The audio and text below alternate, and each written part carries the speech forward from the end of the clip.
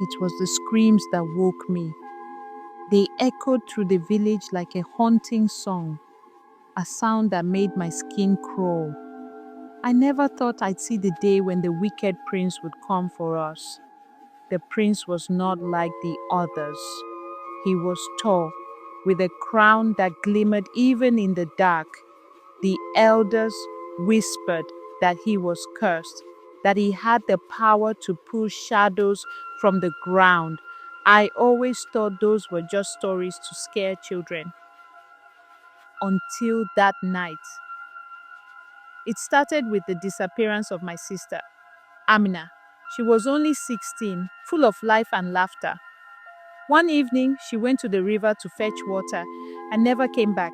We searched everywhere, calling her name until our voices cracked. The village elders warned us to stay indoors after sunset, but I couldn't just sit and wait. That night, I took a lantern and went out. I followed the path to the river, heart racing. The moon was hidden behind dark clouds, and the air felt thick, heavy. As I neared the water, I heard whispers. They were soft, like a breeze, but they chilled me to the bone. It sounded like Amina. I called out, hoping it was her, but the whispers grew louder and more frantic. Then I saw him. The prince stood by the river, his back to me. He was staring into the water, and around him, shadows danced like wraiths. I felt my breath hitch in my throat. He turned slowly, and his eyes glowed, bright and unearthly. Help me find her, I begged, stepping closer. But he just smiled, a smile that didn't reach his eyes. Why would I help you? He said, his voice smooth like silk but cold as ice. Aminak is mine now. I stumbled back, my heart pounding. What do you mean?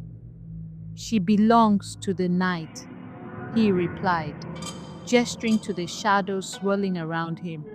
She will serve me as long as I rule. Panic gripped me. I turned to run, but the shadows stretched out, wrapping around my legs like chains. I fought against them, but they only pulled me closer to him. You can't escape, he said, his voice low and cruel. The night is my kingdom.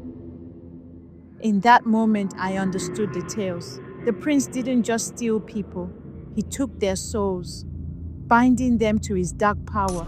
I screamed, desperate for help, but the village was too far away. The only answer was the sound of my own voice swallowed by the night. Just when I thought I would vanish into the dark, a light flickered in the distance. It was a group of villagers, lanterns held high. They came running, shouting Amina's name. The prince's expression shifted from amusement to anger. He released the shadows, and I broke free, stumbling toward the light. The villagers surrounded me, their face fearful yet determined. What happened? One of them asked, grasping my arms to steady me. I told them everything, the prince, the whispers, how he claimed Amina for himself.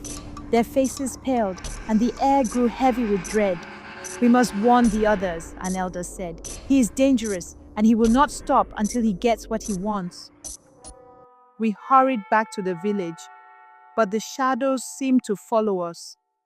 I felt their presence, lurking just beyond the light of our lanterns. The elders called an emergency meeting, gathering everyone around the fire. They spoke in hushed voices about the prince and the tales I had always dismissed. He feeds on fear, one elder explained. He grows stronger with every soul he claims. We have to protect ourselves. We cannot let him take another.